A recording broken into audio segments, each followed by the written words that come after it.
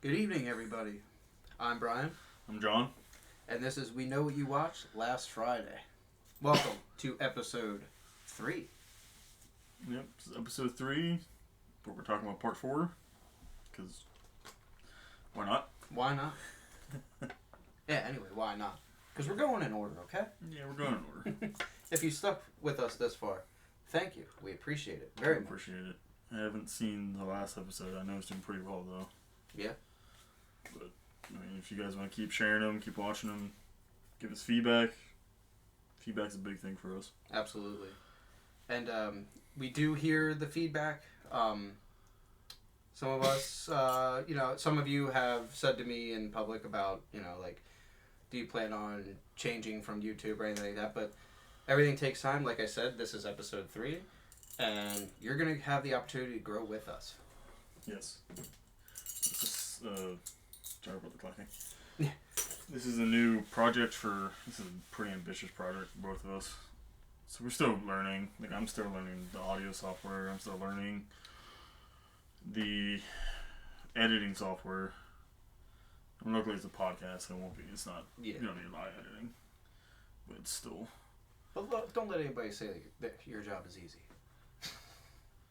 But, we are progressing, because I have pictures on there now. Yes, we have graphics now.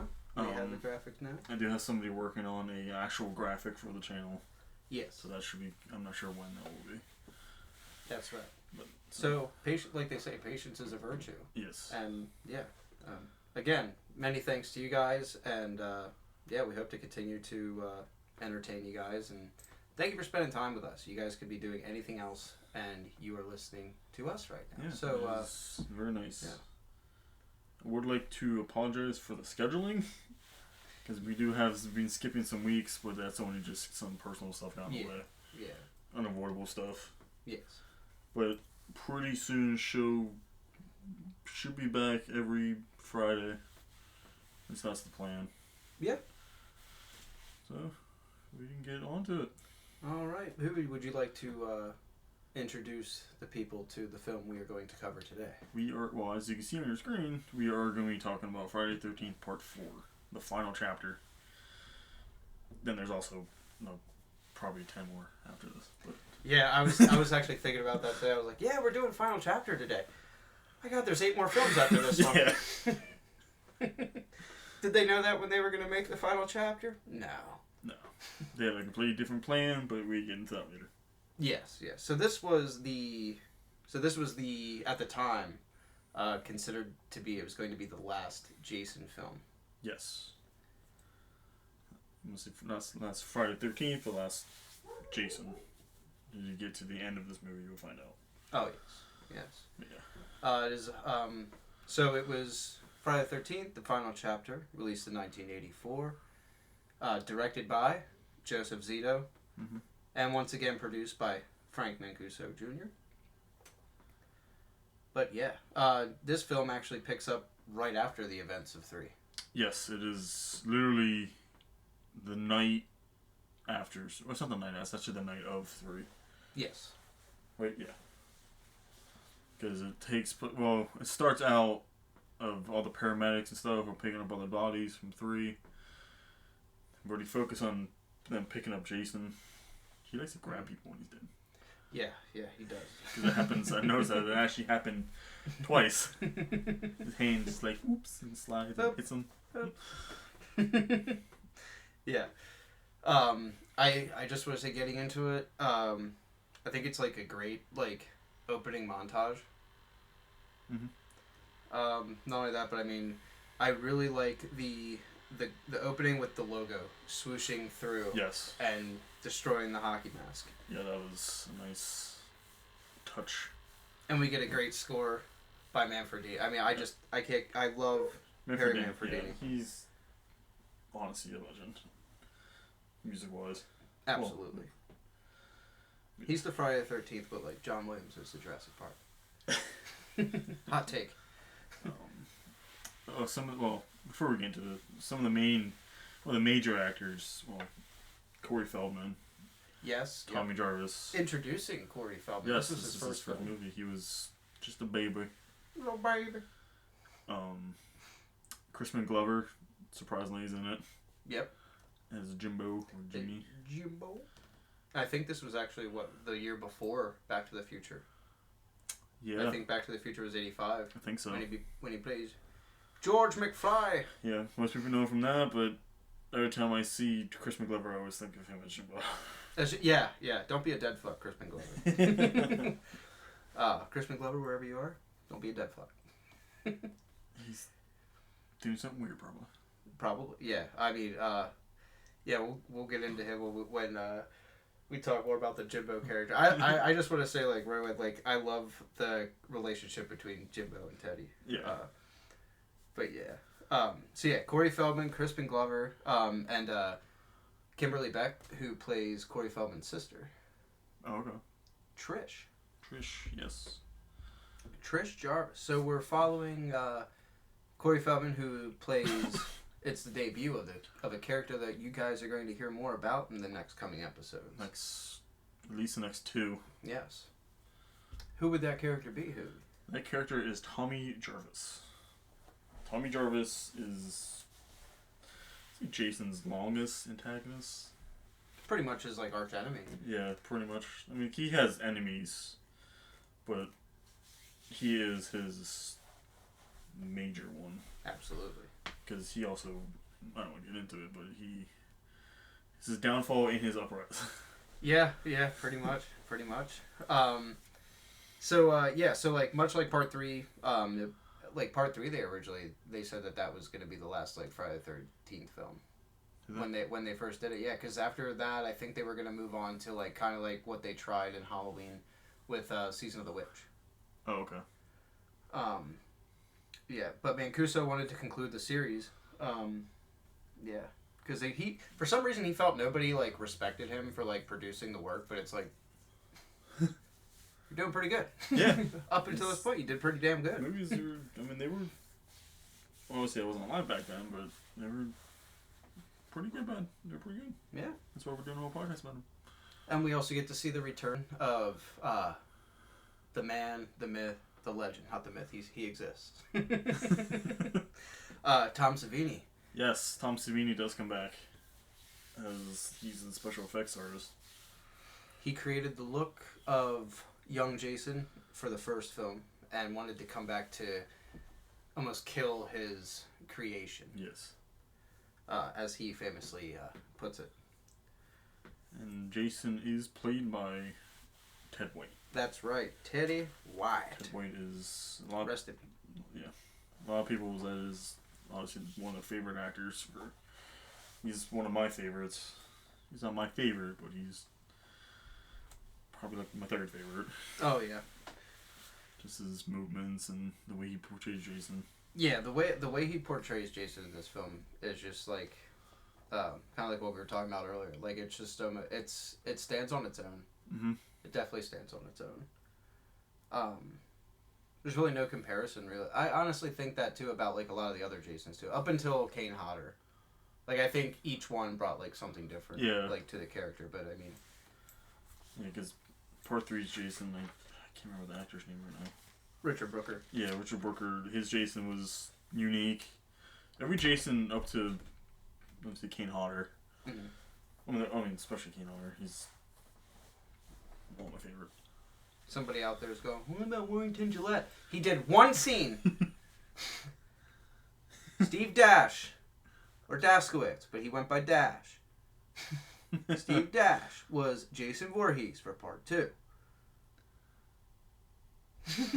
You good? Brian, you alright? Yeah. Alright. Yeah, but each Jason had their own personality, their own way of moving and stuff. Yeah. Well, we'll get into it when we get to part 7, when the debut of Kane Hodder's. Yes. Part 7 will be a fun ride. But let us delve back into get sidetracked. The family Jarvis. Yes. So before we are introduced to the family Jarvis, so the film begins picking right up. It's the night after the events that happened at Higgins Haven, but it's at Higgins Haven. Yes, it is at Higgins Haven. It's actually in the barn. Yes. It's not the night of. It's the night of. Not the night after. The day after. What's it? Oh well, yeah. It's like the night. So in part 3, like the next morning when she's taken, like... Yeah. Yeah. So this film opens the night of that day. Yeah. And I love, like, the helicopter. Yeah. The opening shot of just, like, the barn, and then that camera zoom in right in on Jason's body just laying there. Yeah. And did you notice that when he's laying there, the axe isn't in his head anymore? No. Yeah, because they pick it up and put it in a little baggie. They did pick it up, but they didn't pick it up out of his head. So I'm thinking at, like, some point, Jason was awake enough to pull that sucker out. Church. Ow, Chris. And damn Higgins girl. Call me. No, but so yeah, like the police are cleaning up the grounds and they're moving Jason's body, and they're getting ready to take him to the morgue. And I just like the shot, like you have the rain and everything. You get a nice shot, and I love those movies because you get to see the classic like ambulances in those films, classic police cars. I love those old vehicles. Yeah, just a great opening shot with the aftermath of part 3. Yeah. And then when they're actually leaving, when they load Jason's body up into the ambulance and they're leaving, like it just that long shot of like the camera backing out, like backtracking out, and then you have that shot like of Higgins Haven going dark for the last time. It's just dark and it's quiet. Like there's like peace there now, which is really cool. And you get just that last little notes from part 3. Did you notice that? Yeah. And then you don't hear it again after that. Yeah. I thought that was pretty cool. And then after that, it's just like, you're in, like it, that opening right there, like you know right away, like you're in for something big. Like this is supposed to be the end. Yeah. Even, and the trailers too. The trailers were like highlighted, like this is the end of Jason Voorhees. Oh, this is the final chapter. I never actually seen any trailers. They're pretty cool. There was multiple ones. So yeah, they left Higgins Haven, and so Jason's body's taken to the morgue. Yep. Yeah, it's taken to the morgue. Well, it's more of a cold box in the hospital. Yeah. Which is the morgue. Yeah. Whatever. It's taken there. What? Body storage. Yeah. It's taken there. They would get to meet the doctor, Axel. Yes. I'm glad I remember his name. The Super Bowl of self-abuse. Yes. I quoted that nurse. I even said about the when you have that shot like opening like them with Jason's body coming through the double doors and the camera's sitting on his body and it's on them and it's just like it's a like POV kind shot. of POV shot of him. Yeah, I like that usage of the film. Oh, the camera there. Just kind of just like plopped it on him. Yeah. Like, just take it. All right, Ted, hold this. You're dead. You're dead. Hold it. Hold the camera. I also thought that Axel and Nurse Morgan reminded me of Bud and Karen from Halloween 2. Oh, yeah. Like, kind of like their relationship. Yeah. But there was no hot tub. The whole doctor-nurse relationship. So, you're introduced to Axel. He has a thing for Nurse Morgan. And Axel, from what we know off the bat, is a perv. He is definitely an undesirable. Well, he works for Debbie. So. Yeah, I mean, yeah, but let's not defend him. Let's not defend him, Hoovie. Hey, he works with the morgue. Well, Nurse Morgan, she was into it for a little bit. She was, yeah, until Jason was like, I want them. And like his hand just like dropped down and then she was like, wah! Yeah, Jason kind of cockblocked Axel. Pretty much, yeah. Not up in here. Not up in here. Even when he's dead, he's still doing his job. Yep, that's right. Jason is the world's best contraception. No question.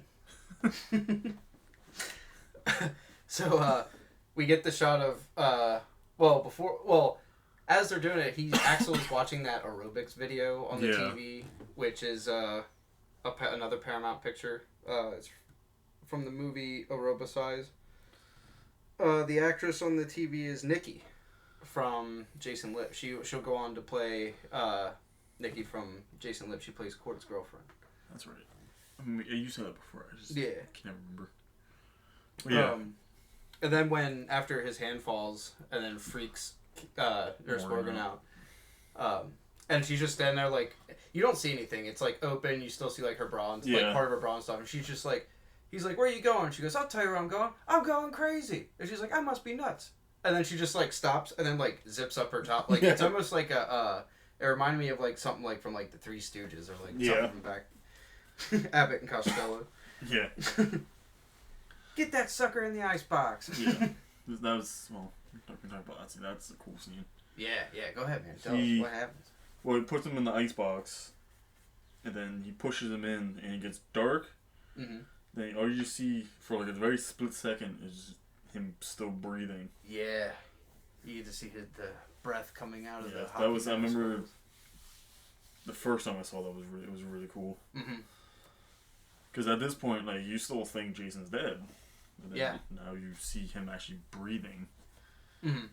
Because I think the only reason why his hand even fell was, I think it just came out of the straps or something like that. Yeah. Or, like, it was just, like, up, like, by his side. It's up, yeah.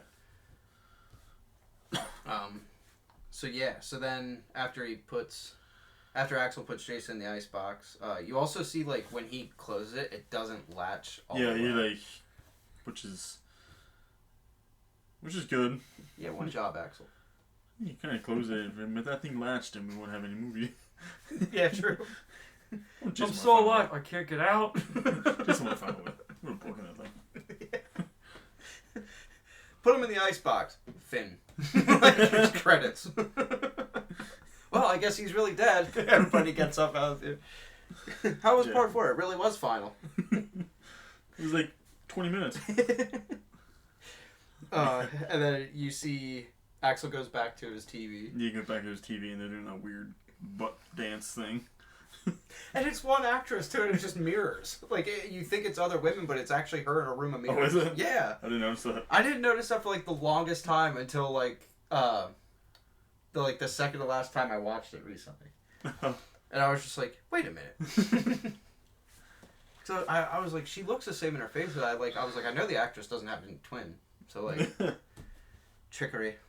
But yeah, so then he's watching the TV and then Jason sneaks up behind him. Jason sneaks up behind him and cuts his throat with the bone saw. Oh yeah, and you get that nice shot. Yeah, the shot on the blood. Because he's wearing all white, obviously, he's a doctor. Mm-hmm. And just gets covered in blood. And he's using the head side of the saw. Oh, is he? Yeah. Using the blade? Mm-mm. He doesn't need to. No, he don't. He did the same thing with the weird shirt guy, too. Yeah. Yeah, dull side first. He did it with another person, too. I think it was in part 2. Well, you gotta keep it sharp. He's like, I won't waste it on you. He's selective. You get the blunt side. Still cuts really sharp, though. It does. Yeah. And then Axel gets killed, and then it follows. Then we're with Morgan. Nurse Morgan. She went away counting, I don't know, supplies or something. Yeah, I think she was doing like the last like inventory check for the night. And then she like reaches up, and then like 3 things just kind of fall for no reason. Mm-hmm. Yeah. Which is strange. And she like starts picking them up by hand. Yeah. It's glass. Broken glass. She's just, I'm paid by the hour. Just like. You're like, what is. You're in a hospital. That has to be like. No dustpan and brush anywhere. Because there was some sort of medical liquid. God knows what that was. She honestly, she's a badass though. I mean, she threatened, like, didn't she like have like a scalp water? She was gonna say like the Axel or something like that, and then that she's just like, yeah, you know what? Broken glass. I got hands. Like, you know? She doesn't do well with scalpels though. No. So she's cleaning up that glass, and then the lights turn off, right? Yes. Then she thinks it's Axel. She thinks Axel turns the lights off. She freaks out. Well, she doesn't freak out. She's kind of mad at him still. Yeah, because she's like, I mean it, Axel. Like, I'm done. Then she turns around and just, oh man, the shot of Jason's like hand going over her face. Those disgusting fingernails. Yeah, ones that coming off. Yeah, they grew really fast overnight. Those damn fingernails, man. It's the water. I'm telling you, the water at Crystal Lake or around Crystal Lake. Mrs. Voorhees, what did you put in the damn water? Jason. That lake killed him. The lake killed him. No one said you. Yeah. But then the whiteout transition from Nurse Karen's death, like, to, I think, is it to... It's to them driving. No, it's not. It's to... To the Jarvis women. To the Jarvis and... They're walking. They're running or walking or exercising or something. Yes. Going for their morning exercise around the lake. And we're introduced to Mrs. Jarvis and Trish Jarvis. Trish, yes. And I don't think we ever hear Mrs. Jarvis's first name. No. I think she's just Mrs. Jarvis. Just Mrs. Jarvis. Or Mom. Or Mom. Mama Jarvis. Mama Jarvis. Or Mama don't go outside in the rain at night. So yeah. They're hiking around the lake. And they're just like kind of setting it up like, you know, like obviously they live in the, it's set it up, they live alone in the countryside, in the woods, in a cabin. And they're talking about how she talked to their father because it's, right away it's brought up that the mom and dad separated. They're separated. At first, when I first watched it, I thought the dad was dead. That's not true. They're separated, but they don't say why. Mm-hmm. And he said that he lives somewhere out west. Mm-hmm. Because I still think they're on good terms. Yeah. Because they said that they should go visit him. Mm-hmm. It's not because Trish even said, she was like, he asked about you. I don't know if they're fully... I don't know if they're divorced. They're just separated. Maybe he's just gone for work reasons. Or they could just be out in the cat. Like, maybe it's just like a trial separation or something like that. Maybe, it's never really delved into. Yeah, no, I was just... But, like, you don't even hear about the dad at all. Like, that's the only time that's the only time you hear. It's just like a faint thing, too. You don't... It's only for like a second. Just like Elias. Elias is never talking about in the movies. No. Yes. Is it? 9. Oh. Well. Briefly. I don't remember. Very briefly. And he was actually supposed to be in 6. Okay. I haven't watched 9 in like 4 years. I don't blame you. I don't blame you. I'm going to have to eventually. Yes, we're going to have to. So, yeah. It goes 7, 8, 10. 7, 8, 10, 9. Alright. So, yeah. So, after that, we're introduced to a group of teenagers driving to Crystal Lake. Oh, you skipped over Jarvis. Tom Jarvis. Oh, yeah, they do go back to the house. Yeah, they go back to the house, because... My goodness. He's like homeboy playing... I don't know what he's playing. That's right. They go, they're in the house. Commodore 64 or something. Yes, he's playing the Commodore 64. And he's wearing a alien mask while he's doing it with a red hat on. Just for the record, when I was a kid and I would see the VHS, and I think it's on like the DVD, like maybe the first DVD release of Final Chapter, but there's a shot of Tommy with his alien mask on, wearing the red hat, like out of context, like, and it throws you off. Because you just see that picture of, like, it looks like just an alien kid, like, on the back. Like, before you even see the movie, I just remember seeing that as a kid, and I'm like, is that Jason as a kid? Is he going to school? I do know... Like, is this a flashback scene? I do know in the Shout Factory Blu-ray box, the alternate art for Final Chapter does have that. It's of that, he's just standing there. Yeah. He's just standing there, like, looking at something. Just like standing there. Yeah, like, like, if you didn't know that was Jarvis. I think it was him going like, oh, Ma. Yeah, if you didn't know if that was Jarvis, then you were like, who's that? Yeah, like, it's very, like, Aliens.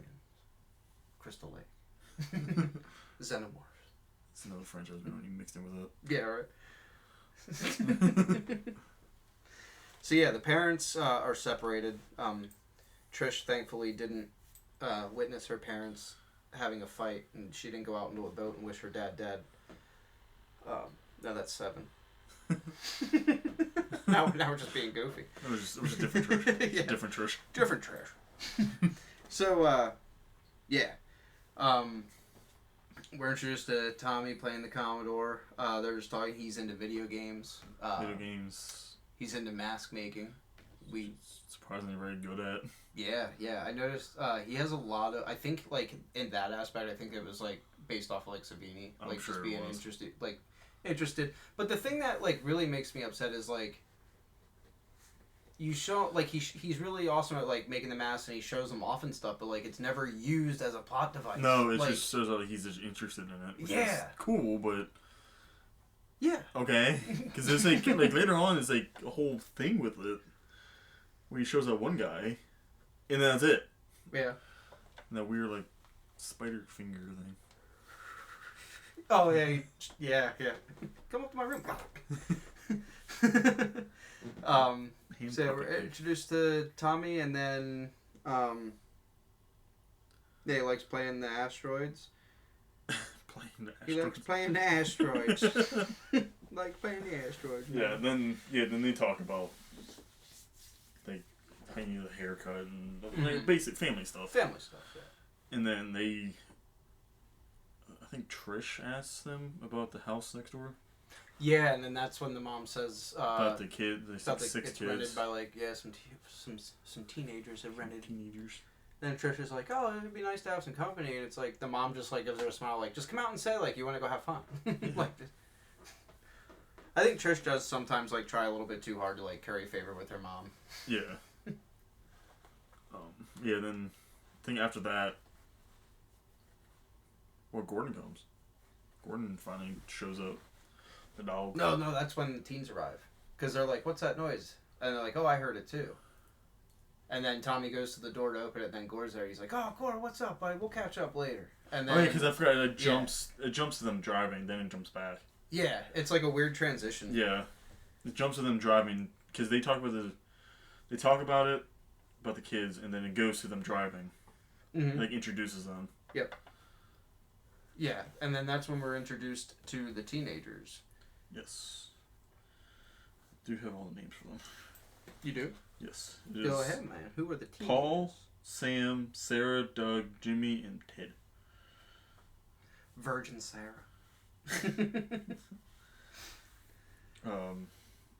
Ted the jokester. Paul and Sam they're together? Yes. Paul and Sam are together. Sarah's just kind of there. Sarah's with her boyfriend. Sarah's Doug. with Doug, that's right. Yeah. I forgot. And then Jimmy and Ted are pretty much... Jimmy and Ted are just like friends. Friends that are just coming along. Yeah. Jimbo and Teddy. And they have that nice little banter in the backseat, like Jimbo and Ted. Like, I love like how he's just like, oh, let me go to the computer. Yeah. And there's no computer there, but he's just like typing away. He's typing away on some like suitcase or something. Yeah, and he's just like, oh no. And he like puts his hand down. And I love that Jimbo's like looking, like there's an actual computer there, and he goes, what does it say? Yeah, he's like, what is it? He's like, well... What does your computer say, damn it? And he's like, it says you're a dead fuck. He goes, a dead fuck? He goes, oh, that's stupid. There's no computer. And he goes, ha! And there's no Betty. And he's like, I'm a dead fuck. Then you get that nice shot of them. Do they pass the hitchhiker first? No. Or no, they see... That's after. Yeah. They stop in the road. Stop on the road. And there's a tombstone there on the side of the road for Pamela Voorhees. Yes. And it's actually the first time we see her first name. Hear her first name. Pamela Voorhees, as we know, is Jason's mother. That's right. Which gets you to wonder who paid. Who paid and who actually did it, and why in that spot. Yes. And it also says that her death year is 79. Yes, it was not actually 80, which throws the whole timeline off. Yeah. Well, not really, but Nah. brings back by a year. Yeah. It gets fixed in part 10. Yeah. Yeah. Because then they're just like, yeah, we can make this gap and then this gap all this time. There's like, this gap. That's definitely another film in the series I like. I mean, I can't wait to talk about. I love part 10. Yeah. He's like, there's a time gap. There's even a bigger time gap. Just because, like, out of... Like, just real quick segue. Like, out of any horror franchise that took their character and put him into space, that one worked. That one worked very well. Yeah, it... Oh, my goodness. It didn't enforce the issue. It didn't... Like, we're going to space. Cool. They made a movie about space. It was really good. Yes. Yeah. Oh my goodness. Yes. Oh, can't wait. That's 6 films from now. Yes. But this is the final chapter. This is the definitive end of Jason Voorhees. Well, wait till we get to part 9 where it's the final Friday. Yeah, right? Oh, man, finals. that means everything else takes place on a Saturday. I think this one takes place on Sunday. Yeah, First. yeah. So technically, yeah. Because, like, I think, like, the end of this film is, like, 4 days after the events of... Didn't I put that... Yeah, like, the film ends pretty much only 4 days after part 2. Yes. But, jumping ahead, sorry. I apologize. Well, well, this is on a Sunday, technically. Yes. Well, the way, like... Why are they going up the camp on Sunday? Yeah, why... It's usually like a Friday thing. Yeah. Unless maybe it's like a spring break thing or something like that. It's in summer. I don't know. It's in June. I don't know, man. It was a different time. People wanted to party Sunday through Thursday. The camp that dreaded 7:30. Yeah, I was just like, once you like, because they never actually explain the timeline. It does, yeah. But to be fair, though, like, this franchise, like, the timeline's a little screwy, but it makes more sense. Like, there's a lot of things that, like, I hear people bitch about this franchise. It's like, hey, if you're gonna bitch about that, so you're okay with, like, so and so happening, but you're gonna bitch about this one thing, and it's like, why? Yeah, whatever. It's a franchise. It doesn't have to take itself seriously. No, it's Friday 13th movies. Yeah. It's you're only watching it for Jason to kill people. Absolutely. Not like us where we're like criticize everything. Someone's like, but what about the animals? Don't worry about it. The camp critters. Don't worry about it. Jason just killed a dog. You didn't do that part too? No. It's believed that he did, but he doesn't. He killed another dog. Yes. Because he was a little hungry. That's right. He He got hungry. He didn't kill Muffin. I think that was the dog's name. Was it Muffin? No, because she came back at the end. That's what I'm saying. Yeah. See, she didn't kill Muffin. Oh, yeah, he didn't come up, but it was implied. And then you get that awesome shot of the hot dogs. Greatest cutscene ever. Oh my gosh, yeah. Another Minerism. Steve Miner. So yeah, they come across Pam's tombstone, and then shortly after that they're driving, and they come across the hitchhiker. Come across the hitchhiker. She's, wants to go to Canada. Well, she's in New Jersey, which is, I don't know. Whatever. She wants to go to Canada. Says Canada in love. Then they kind of blow past her. And Ted's like, hey, you got a sister? Yeah, hey, man, you got a sister? And then she just flips the sign. Flips over, it's just middle finger. Oh, man. Yeah, because it's like Canada in love or something Canada like in that. love. Hey, baby, you got a sister. Oh, Ted. Banana lark. Yeah. The hitchhiker, no, and obviously they don't pick her up. That's all I had in my notes next to the fat hitchhiker. That's literally what I put, the fat hitchhiker. I'm sorry. Just a banana larp. Yeah, after they drive away, she sits down and pulls a random ass banana. Yeah, she just wants some potassium. She just got denied a ride to Canada. She's in the middle of nowhere. Yeah. And then sits down, eats her banana, and then tries to eat her banana. Try. Well, she takes a bite out of it. Because it's a really nasty ass scene. Yeah. And what is it? He takes a knife and what is it? He stabs her like in the back, back of the head, or back of like the neck. Back of the neck, it goes through her throat. That's right. And then you have that disgusting shot of like it's just that. The banana like hanging out of her mouth. She like squeezing the banana. Yeah. Oof. Poor banana didn't do anything. And then we go back to the Jarvises. Yeah, and then it goes back to the Jarvises. So as I think they're setting up for dinner, and that's when the teens arrive. And before the teens arrive though, they're talking about dinner, and then Trish was like upset about like having leftovers, and I think Tommy says something, and then the mom's like, "How about a Jarvis sandwich?" Jarvis a hug or whatever. The Jarvis sandwich, and they actually do like that dynamic. Like you don't see that like before or after this movie? Like, no, they're actually a loving family. You actually, you believe that they're a cohesive unit. It's not like part 7, but whatever. I can't tell you. I love part 7. Tina's mom's hair. That hairspray. Chill out, it's the 80s. Well, I mean, even when she was being killed, like, that thing did not move. The wind never stood a damn chance. But yeah, but Jarvis sandwich. That's right. So yeah, the teens arrive and then, they're hugging and Tommy's like, wait a minute, I heard something. Yeah. And the mom's like, no, we got you. And then Trish is like, no, I heard it too. There's a lot of scenes like that where it's like, I hear something and it's like, it's always implied that. What was that? Yeah, what was that? It's always implied that it's going to be, Jason. Mm-hmm. Then it's always something completely different. Yeah, so it's almost like any time like a character is alone in this film, they're like, what was that? Yeah, like, who is that? Or screw you, Paul. Oh my god.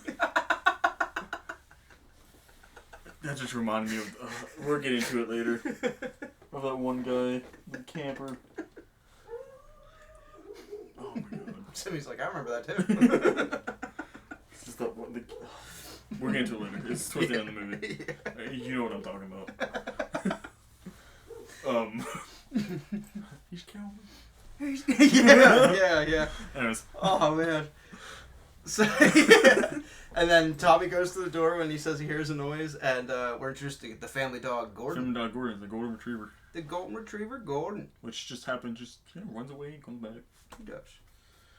He does. They just he's like an outdoor dog. Like, yeah, with a living country. You always hear like an outdoor cat, but like an outdoor, just let the dog out. And then he like takes off for miles. He's got a girlfriend. He's like Charlie from Joe Dirt. So yeah, they meet the teens are settling in next door and stuff. Yeah. And then I think it like segues to that evening. Mrs. Jarvis is putting Tommy to bed. Yes. Yeah. Because that's it goes they're getting settled and stuff, and it goes to the night of. So this is the first night. This is the first night. Yes. Yeah. So this is the night before the happening. We'll talk about that movie. This is the night. The other day. This is the night. Of Jason breaking out of the hospital. Yes. Because it goes to them. Because Mrs. Jarvis and Trish are reading. She reads a newspaper, which already has the article. Yeah, it already has like an article. I don't think it's about him escaping the morgue. I think it was about the murders at Higgins Haven, right? Or like the camp massacre. Or no, like 2 dead at the morgue, right? Yes. It was something about that. Yeah. I think it's something to do with more, which is the same day. Which is really fast. That's some really fast printing right there. It's a small town. They live in the middle of nowhere. It's just a newspaper. But they weren't, no. Because they don't go in town until the next day. Yeah. Yeah, okay. He goes and then they go to bed. Tommy Jarvis, is... He stares. Stares respectfully. Respectfully. He's supposed to be sleeping. He's a 10-year-old kid. He's curious. He's 12. Okay. 12. Is he 12? He knows what he's doing. Well, yeah, you see him bouncing around.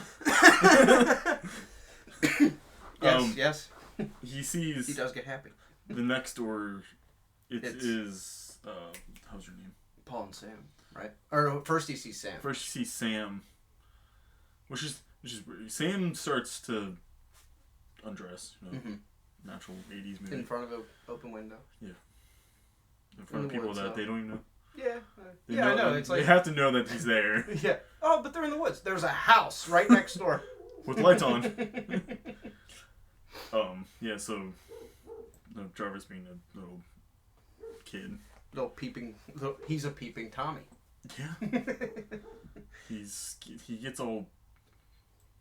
It's a really awkward scene because he like bounces up and down the bed. He makes just weird noises and puts stuff. His head in the pillow and then he's just like staring with his hand on his mouth, just like. Then it gets worse when Paul arrives. Yeah, so like Paul like just walks in, right, and then he's just like he approaches her from behind and just like kind of like gives her like just starts embracing her from behind, like just hugging her, kissing her neck together. And then Jarvis gets like more excited. I'm like, bruh. Tommy's just like, oh man, let's go. Yeah. We don't got TV here. I got Commodore 64. That's all I got. Mom, we don't need HBO. Yeah. Then, all of a sudden, Mrs. Jarvis comes in and kisses her goodnight. Kisses him tonight goodnight. Yeah, and then as she's talking to him, like, she looks out the window and notices that they're doing that. Then she kind of gives him like a look like, I know what you're doing. I know what you're doing. No horny bastard. Goes over, shuts the blinds. And that's when she makes the decision. She's like, that's it, I'm taking my family. We're moving to Santa Carla, California, where Corey Feldman can meet his long-lost brother and they can run a comic shop together. I'm getting ahead of I'm done with that joke. That was for the Lost Boys. I was about to finish it for you, but then you just kind of gave up.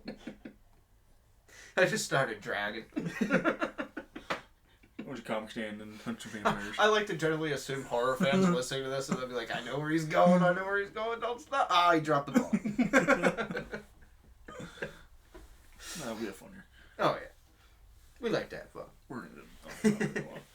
But yeah, so. He goes to sleep. Everybody goes to sleep. Yeah, pretty much. And then he goes the next day.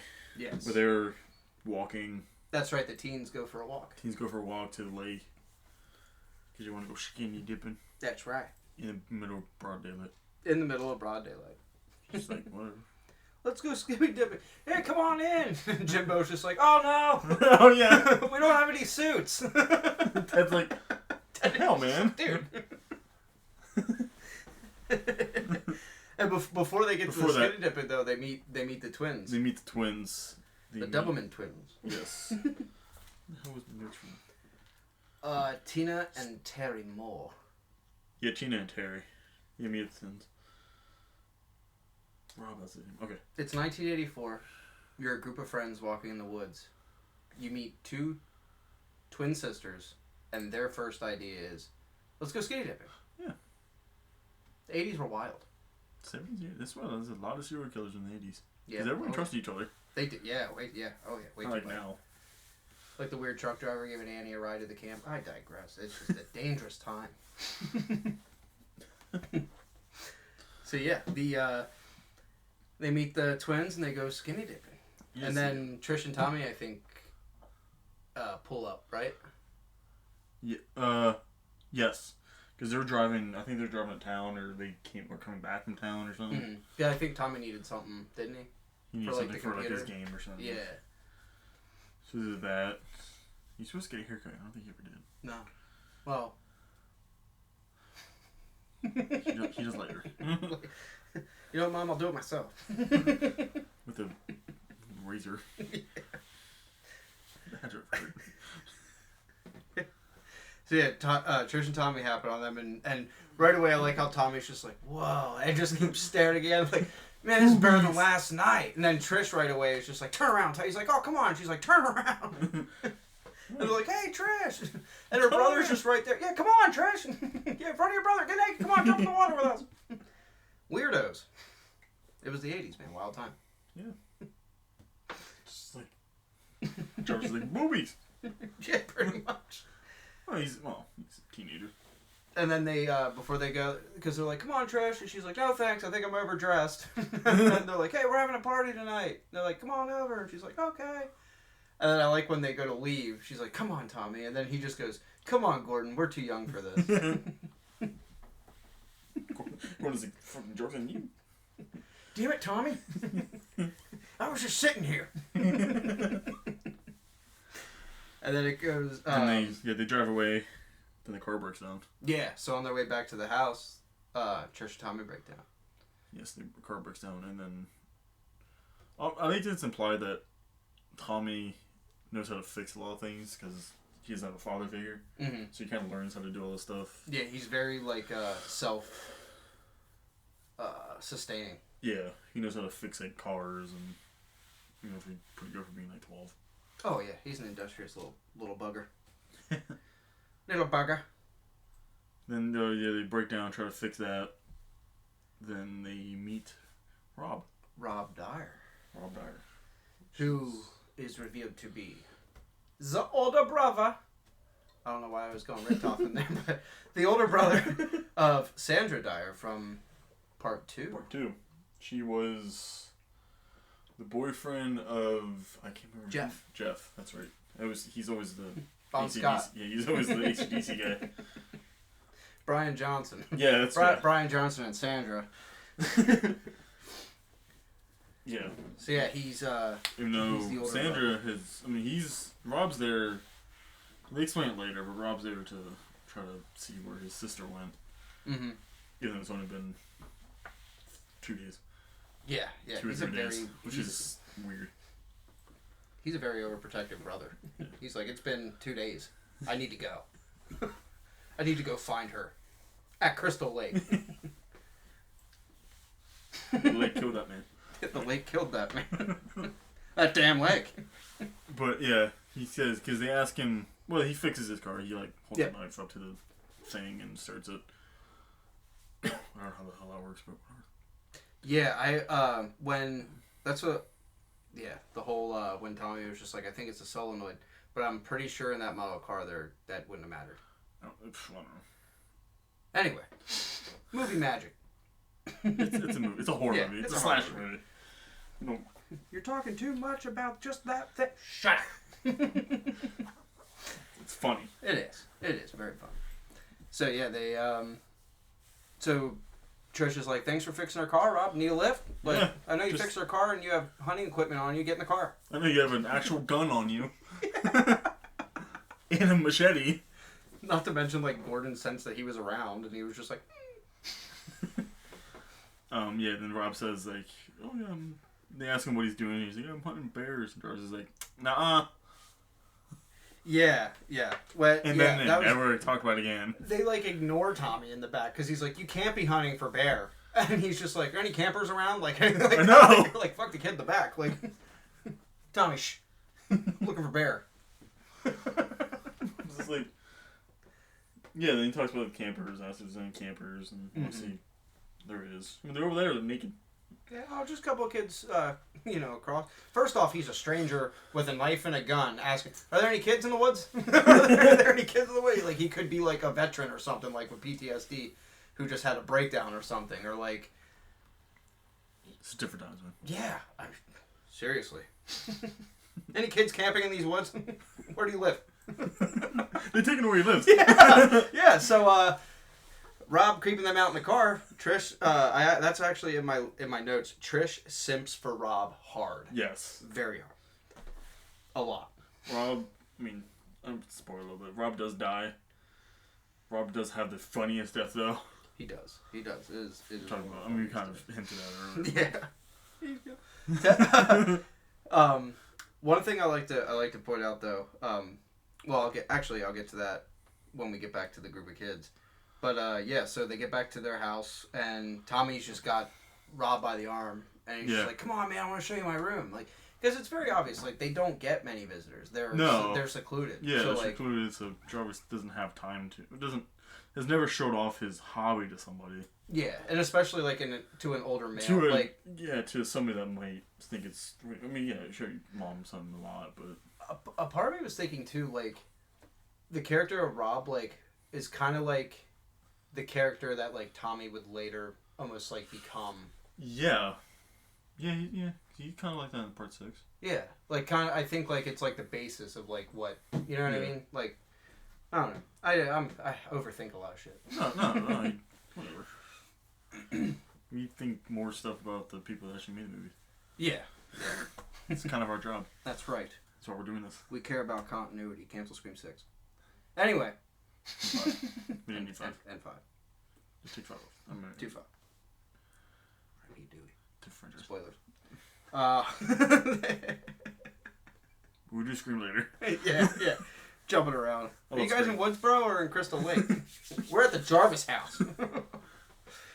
We're on Elm Street. We're on Elm Street. A few blocks away from Higgins Haven. Every town has an Elm Street. Damn it, we're at the Firefly house. We're at the Firefly house, alright? So Otis and Tiny come downstairs and So yeah, Tommy takes Rob upstairs, shows him like all his masks and stuff. Yeah. All of which is were like made Rob's by like Sabini. Yeah. Rob is genuinely interested in it. You can just tell by looking at it. He's just like, damn, like this kid's fucking good. You really don't do anything here. This is you guys don't have TV or anything. So asteroids. No. You guys don't have internet? Yeah, anyway. Which I'm thinking it was invented back then. Yeah, I think if there was internet though, there was no online multiplayer.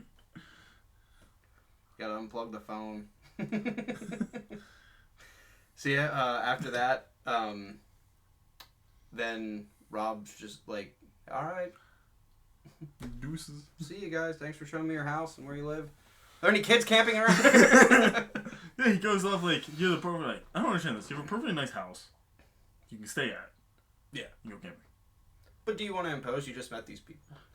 Yeah, but, I mean, didn't Trish But offer? Trish did offer. Yeah. Trish offered, yeah. like, I'd be like, yeah, I'm going to sleep in, like, in a room, but, like, maybe for the night. Yeah. Nope. Plus, I don't think he, like, planned on, like, really, like, seeing her again after, like, leaving. You know, he only goes, like, it's only, like, maybe he's gone. Mm-hmm. I mean, he's only, like, not that far away either. No. He's only, like, maybe, like, a half mile away.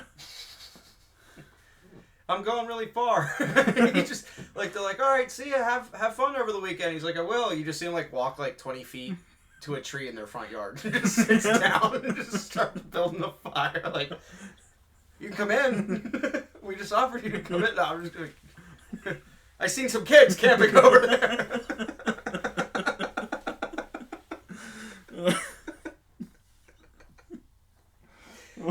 Why is Rob sitting in our yard, Mom? Rob, you alright? There's a bear! Wearing a mask. Funny looking bear. This is what we do. We make fun of everything. Yeah. It's funny. It just seems when we actually watch the movies. Oh my gosh, yeah. Okay. Digress. So, yeah, Rob leaves. He doesn't camp in their yard. No. None of that takes place.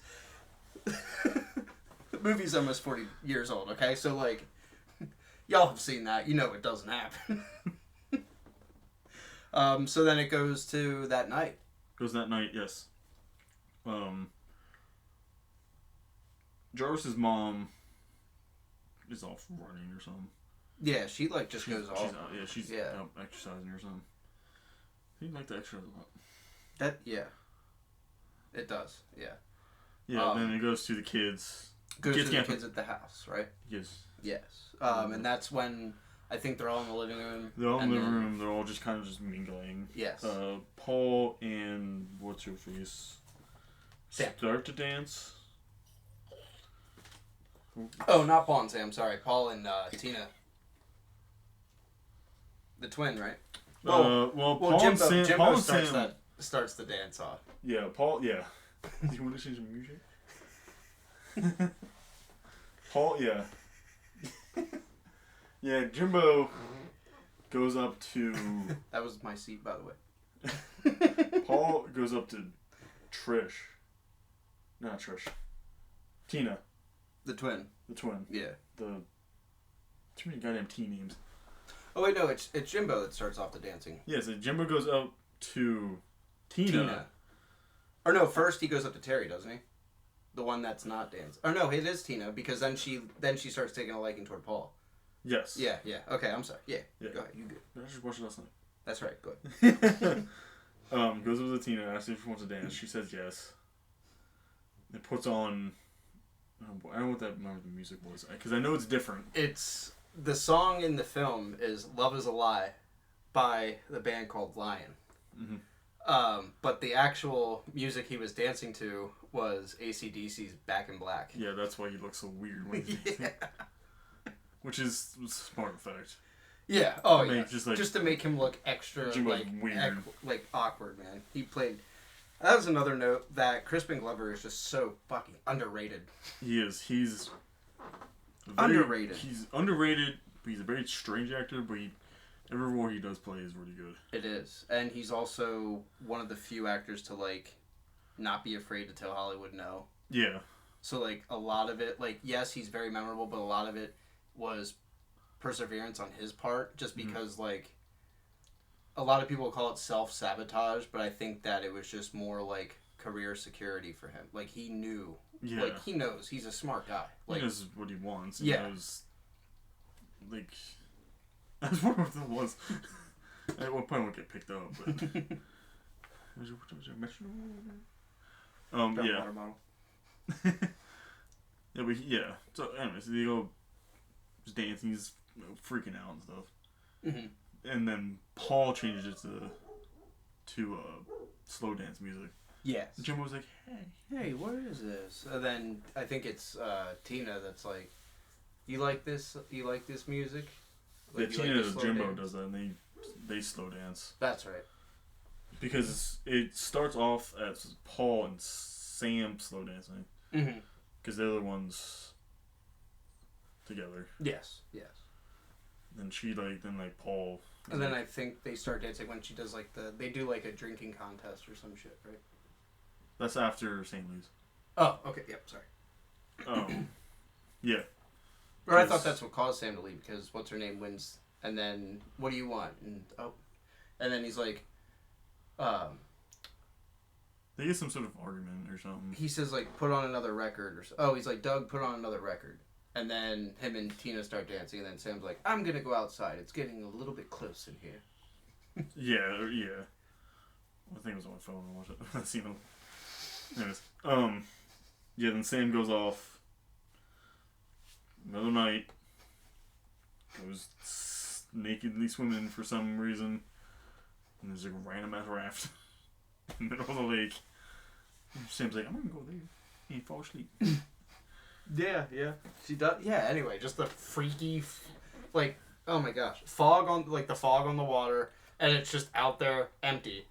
It's just like, yeah, you know what? I'll swim after that. And this takes place in June. So when it's that dark outside, so it's at least 10:30, 11 o'clock at night. Yeah, it's gotta be. I was like, what? What are you doing out there? What? Yeah. So yeah, she swims out and she keeps calling for Paul because she thinks she hears something.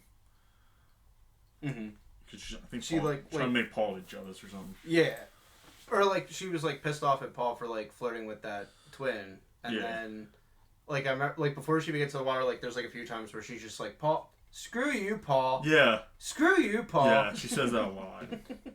I even said Sam says screw you, Paul a lot. LOL. Yeah. Yeah, she does. I'm like, he's not gonna hear you the first time. Yeah. It makes you think you can hear you the 30th time. And she swims up to the raft naked.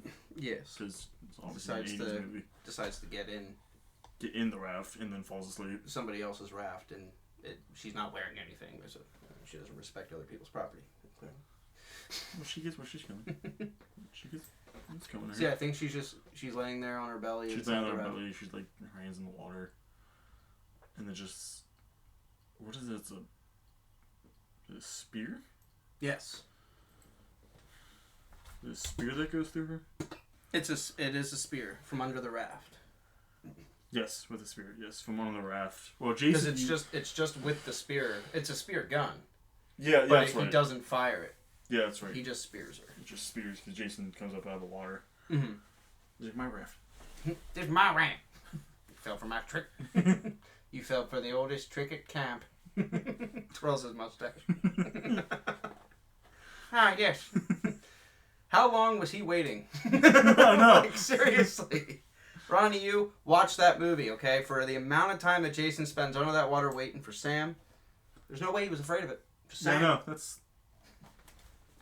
Digress. Forever Jason is a strange movie. It is. It's very good, though. It is. In my opinion. Hell yeah. Hell yeah. So Jason kills Sam, and then I think it goes back to the house, and then Paul's like, I need to go look for her. Paul's like, I need to... He feels bad for being a dick. He didn't know how to be a boyfriend for a little bit. Yeah. He kind of forgot that in front of his own girlfriend. He was just like, he saw other pretty lady. I'll dance with you. He saw other pretty lady and This is my Sam, you're cool with me dancing with she's cool. Yeah, 'cause that's when the drinking contest is between the twins. That's it. Yes. And then Paul's like, I need to call her. Yeah, I need to just go find my woman. Paul gets a conscience and goes. Paul's just got the shortest of shorts on. He does. Yeah. Yeah. I don't. I know. I just like just remind myself of that. He's got. They were. This is a hot take. Shorter than Steve Christie's. Or just about the same damn length. If I can see your pocket hanging underneath, like, the line that your shorts are cut off, they're too short. Yeah, especially for a dude. Too short. Yeah, especially for a dude. Yes. But it was 84. I'm technically 85, but... 85, 80 fizz. Idiom. So yeah, Paul goes to look for her and he swims. He sees the boat and he sees her body, but he thinks that she's sleeping in it. Yeah, and she like calls out to him. It's like, Sam. Screw you, Sam. Just turns around, and walks back. And he goes to the dock. Yes. This is a funny kill, but it's just like. It is. Every guy out there is like, oh.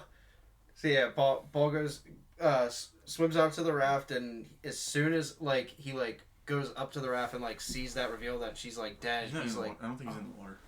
No? He gets killed by the dock. Jason comes up from the dock. Oh, that's right. Jason does come up out of that's right. He doesn't go in the water. Oh, that's right. He gets flipped over. I think. He does. Yeah, that's right. Yeah, because then he's like, WTF, and then Jason pops up, what's up? Stabs him with the same spear gun, and then fires it into his groin. Just stab him in the dick. Just fires it. Just fire! And flips it over, then he goes in the water. Triple kill, one spear.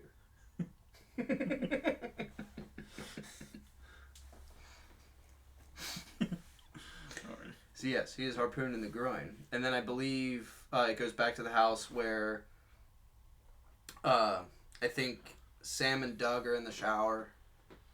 And... No, it's... Oh, it's before that. It's way before that. Yeah. It's Jimbo and Terry go upstairs. Or Jimbo and Tina.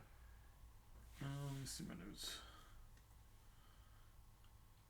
And I like how the whole time... Yes. Teddy... talks to Jimbo about getting lucky with girls, and he doesn't. Yeah. Teddy's the only one that doesn't. Teddy strikes out the whole time. Yeah, no, he's even though he's the ladies' man. But I think I kind of foresaw that coming. Oh, yeah. And I don't know whose idea it was to, have him say that loud, you want to give Teddy Bear a kiss? You want to give Teddy Bear a kiss? Because it wasn't funny, and it was just creepy. Yeah, Ted is very creepy. He forces himself on one of the twins. Yes, and that's what she's like. Well, that was she's like Trish. Did he kiss Trish? He didn't kiss Trish. He forced himself on Trish. Or that's Terry. Trish is Tommy's sister. Fucking Terry. Jesus Terry. Christ. Yeah. I was like, yeah, there's too many goddamn T names. There's T's. There's so many T's. Trish, Tommy, Tina, Terry. He forced himself on Tommy. Tina, Terry, Tommy, Trish. Yeah, yes. Terry. Ed. Terry's a twin. Yes. So Jimbo goes to. Yes. Jimbo takes Tina upstairs. They go upstairs. Tina. Yes. Tina. Jesus. Tina. Tina and Terry. Yes. Tina and Terry are the twins. Good God. I don't know what they look like. They have the same similar name. Yes. So Jimbo and Tina go upstairs. I think they begin to have sex, and then I think it's when Terry, the other twin, comes to the door and wants to leave. Yeah, because I know they break the bread. Oh, that's right. Yeah, they bake the bread. They break the bread. Jesus Christ. Break the bread. Before they are killed. They have their last supper. Yeah. Before they are killed by the man who was killed by the lake outside. They're breaking bread. They had sex, then broke bread. They didn't break bread first.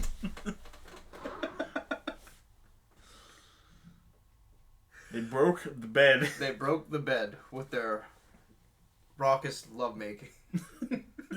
She just jumped on him and that was it. Yeah. Jumps off of the bed fall. Jim was like, what the fuck? And I like when Terry's just like knocking on the door. Yeah. Tina, it's getting bad outside. I want to go home. And Just she's go like, home yourself. Go home yourself. I don't want to leave without you. And she's like, Just go. grab an umbrella. I know. I was like, I'm like, damn. Yeah, for real. And I like how Terry walks outside. The last thing she says on screen is when she looks back at the house and she's just like, you slut. Yeah. That was that. Yeah. You slut. You That was a slut. cool kill because you just see because it's pouring. She's outside. She's got her. She goes to her bike. She goes to her bike, and then she gets stabbed. You don't see it's not on screen. Mm-hmm. It's through the lightning. Yeah, you see the lightning. You just see like a silhouette of Jason stabbing her, which is really cool. I always like those kills. Yeah, I do too.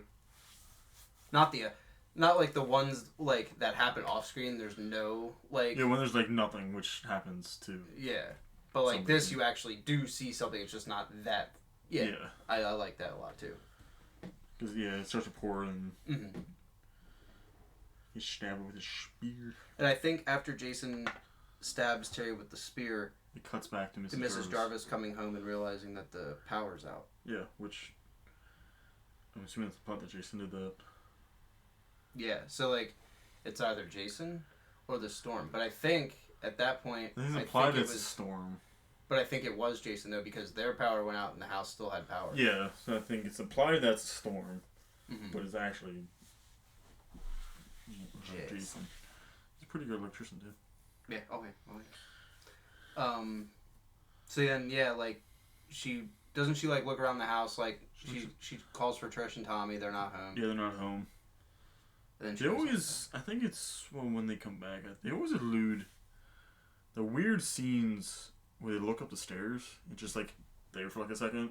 And there's nothing there. There's nothing there. Yeah. They do it twice. Yeah. And then it's when the mom's there, and then it's again when Trish is in the house. yeah, right? and then Jarvis does the same thing. Yeah. I'm just like, what is So it's 3 times that you see that shot. Yeah, I think so. But then nothing ever happens. No. Yeah, it's like that, and it's the music and stuff like that. It's like, is something supposed to pop out here? Yeah, it's like something's supposed to happen. Oh my God, the landing. Nice shot of that window. So I don't know if like there's like some decision making there or something. 'Cause I was noticing that last night. Like, what did you? Not that there was anything wrong with those. No. It's just that there was 3 of the same shot and like nothing came of it. Nothing. It was random. Yeah. Just like, And Tommy it's just making masks. suspenseful, whatever. It worked. Yeah. It worked. It was just like, what was up the landing though? What's up? Like, every time I see that, I'm always gonna have this fucking mic would just be there. Oh! Wrong cut to the meme of Leonardo DiCaprio sitting on the chair, pointing to the TV like, oh! So yeah, then Mrs. Jarvis can't find her kids. Then she goes outside. She goes outside. She gets killed off screen. She does, because like the camera's in front of her, and she's just like looking left and right, and then she just like looks straight ahead and like eyes wide, like gasps, and then that's it. That's it. And she's like, oh. And then you don't see her again. it's probably she's dead. Yeah. We'll get into that like towards the end because I was going to talk about there was an alternate ending. Oh, was it? Yeah. Which would have brought you would have seen Mrs. Jarvis again. Yeah. So yes, after Mrs. Jarvis is killed. I can't remember who's next. I think in my notes it says Trish and Tommy find out that Rob is Sandra's brother. Oh, Trish finds that out. Because that's Yeah. right, Trish, the reason why... It's never really explained where Tommy was. And I think that was still when they were, like, thinking about, like, what they should do with Tommy. Oh, okay. And Trish went out... oh, that's right. She tells Tommy to stay there, and Trish's like, I'm going to go, like, look for Mom. And then that's when she goes, I don't think she really does look for Mom. She goes to Rob's camp right away. I'm going to go look for Mom. Yeah, that's right, because Trish and Tommy come home. Mm-hmm. She tells Tommy to try to figure out the power and shit. Yeah, because they come home. They were somewhere. They were away somewhere. I think they fixed the car and they left again. That car just keeps breaking down on them. And they left and came back. Also, the dog was gone again. Yep. Damn Gordon. That was my chair. That was the chair again.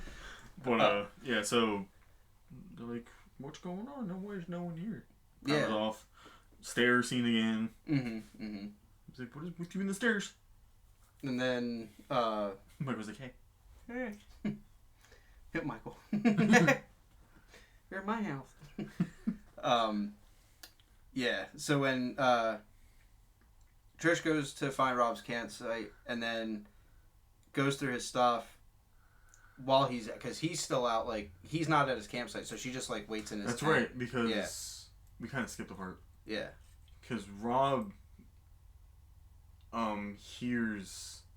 He hears Paul died, right? One of the guys, they hear screaming. He hears one of them outside, yeah. Yeah, this is another scene where Jason's really fast. Yeah. Where he hears screaming, he goes out with the machete. I don't know why he doesn't take the gun. Yeah, I know, yeah. He takes a machete, he goes out, walks like maybe like 30 feet from his camp, from his tent, and turns around.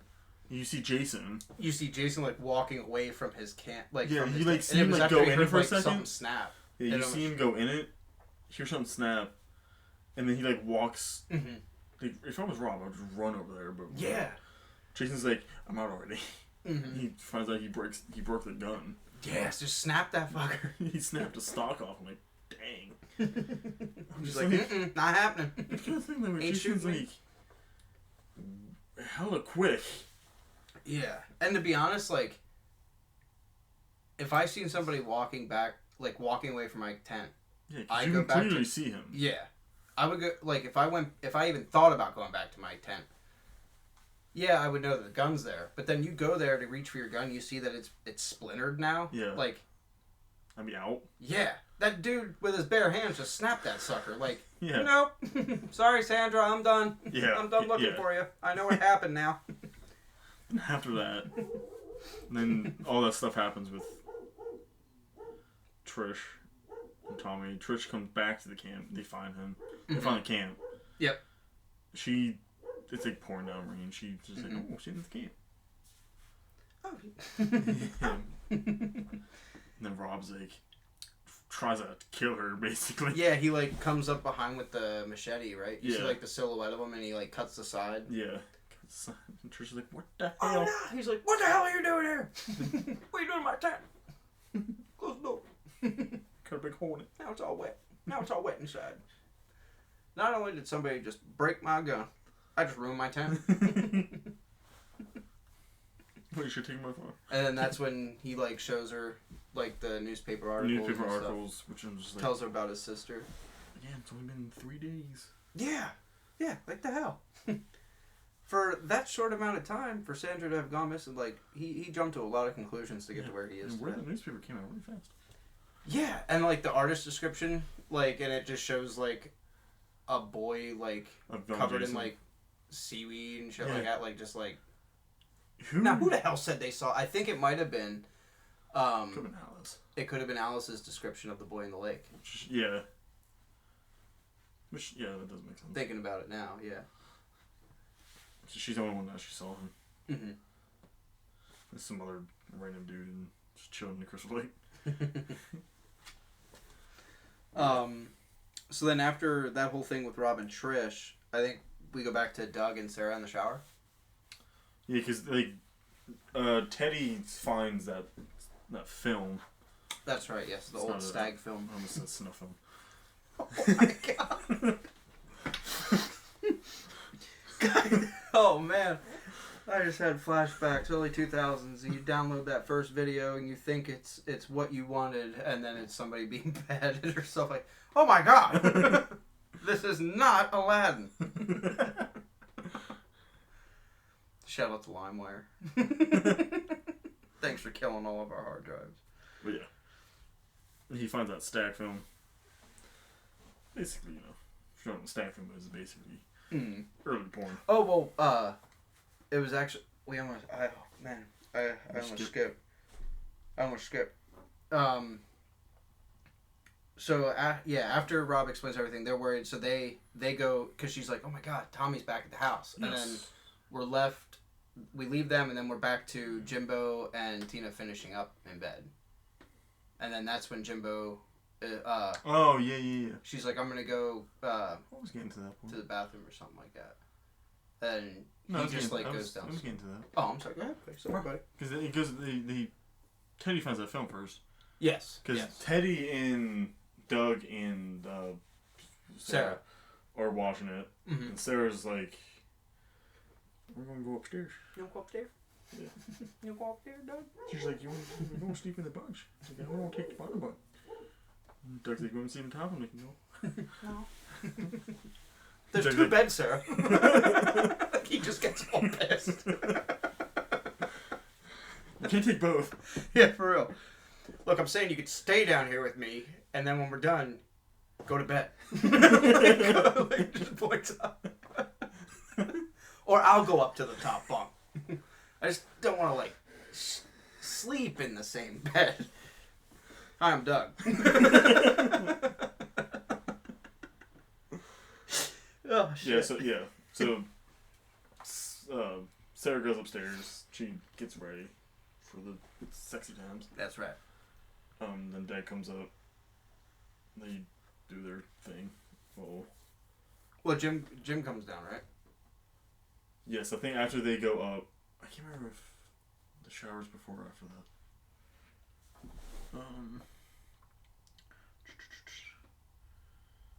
Yeah, because after sleeping with Tina. Yes, Jim does go downstairs. Yeah. He goes downstairs. For the bottle of wine. Tells Jimbo, gives her the. Tells Teddy, yeah. Jim fucking. He's like, I was great. Like, he's just so happy with himself. She said I was awesome. I know. Gives her the underwear kiss and he's like, put this in your computer. Put this in your computer, man. Hey, Jimbo. Congratulations. Yeah, he's like high as hell. Yeah. The world's tiniest blunt. Yeah. He had, like, the longest burning joint, like, in the history of cinema. The thing was like a millimeter. Like, how are you holding on to that? It was roached, like, for 45 frickin' minutes. Yeah, so, yeah. Then he was probably like, this is the last of my stash. I gotta save it. Jimbo finds the wine. Tries to... He's like, where's the... But he couldn't find the corkscrew. The corkscrew. The bottle opener. Dad? Yeah. Dad? You seen the corkscrew? Dad? And he puts his hand down. Yeah. Hey, Dad, where the hell did you put the corkscrew? And then Jason... Just right through his hand. Stabs the corkscrew. But not only that, then, like, when Jimbo, like, turns and, like, looks up at him, then he gets the meat cleaver to the freaking head. Across the head. And that's not even the last thing that happens to Jimbo's body. No. Poor guy. But yeah, so Jimbo gets the corkscrew to his hand, the meat cleaver to the head, and then we go back to He goes to Tina back upstairs. That comes back into the room, right? I think so. And she's like, Jimbo, and then she keeps going. She goes to the window. Yes, that's right. Yeah. And then she sees that her sister's bike's still there. Yeah. And she's like, what the hell? Like, she said she was leaving. Yeah. And she, like, does this weird thing where, like, she goes to the window, then, like, turns around, goes to the window, turns around, goes back to the window again, and then... Jason picks her up and throws her out the window. Just right there, hanging outside on the second story. Like, where the hell was he standing? Yeah. But I think wasn't there, like, a, It was like a balcony or something. Yeah, it was really convenient for him. Yeah, I know. He's good at his job. And he throws her, and, like, not only does he throw her out the window, but that she, like, falls, isn't it, like, onto the back of the car? It's on the top of the car, it's not the side of it, and then the windows explode. Yeah. Which I'm like, I don't know actually how that works. But... when you see her, like, make, like, contact with, like, I don't know if it was a dummy, a dude. It was definitely like, a dummy. But the back of the head hit, like, the rack on the roof. Yeah. Like, ugh. Cause she like hit like the side of it. Her back hit the side of it. Yeah. And her legs like flopped down, and then my friend was like, the windows all exploded. I'm like, that's not how that No. works. Oh my goodness. Yeah. Well, yeah, she did. She gone. But yeah, throws her to death. And then Teddy's watching the stag films. Teddy's No, being Teddy. Yep. Tries to... He does that weird line again with the teddy bear. You want to give Teddy Bear... Oh, yeah, because he, like, gets up and he walks up to the screen. Yeah, he like walks up to the screen with this, like, naked girl on it. Like, he's going to start kissing the screen, because that's how lonely and stoned this guy is right now, I guess. Then, something cuts the film. Yeah, so, like, as he's about to, like, lean in to kiss the image, you just hear, like, a... Yeah. Like the film snapping. The reel snapping. Like, snaps, and then Jason's like... Yeah. Back to the projector. Yeah, somehow is, like... I get he's blinded. Yeah, so Ted turns around and he's just like, Jimbo? Jimbo, that you? Jimbo, is that you?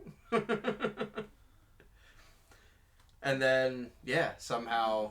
Even, like, if you're, like, squinting and stuff, don't you think you would at least see... You at least like, kind of see movement. Unless he's, like, staring directly at him. Like, he's also stoned. So.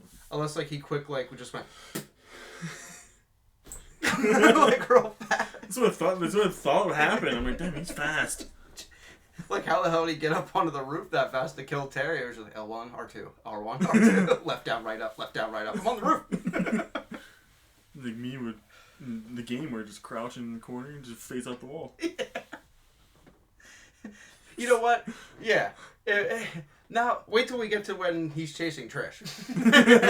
Okay, yeah. At that window that she jumps out of, he goes to grab her at the right time. She could just phase right through that wall and just stand on the balcony and start emoting. I thought those memes are coming back. Yeah. But yeah, where we? Oh yeah, Teddy. Yes. Teddy's back is turned to the his screen. back is turned to the just projector screen, and just a knife goes right through him. It goes through his back. Yes. Or is his throat or something? I think it's like the back of his neck. So I know it like no, goes it's through like the back of his head. Back of his head, and then yeah, it's just stuck. It's just stuck there, and it's just like stuck there, and it falls down. He just like starts sliding down. Slides down, and just blood all over it. Cuts the projector, obviously. Mm. Who's the guy that? This is a kill I'm thinking of. I don't know if it's later or not. Is it this one? No, where he stabs somebody and drags the knife down. Was that this movie? No. I remember seeing it last night.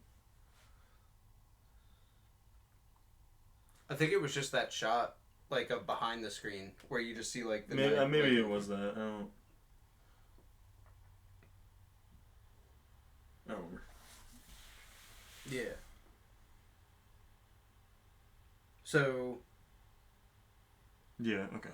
Yeah, I might be thinking something else. So then he killed Teddy. He killed Teddy. And then Jason goes upstairs.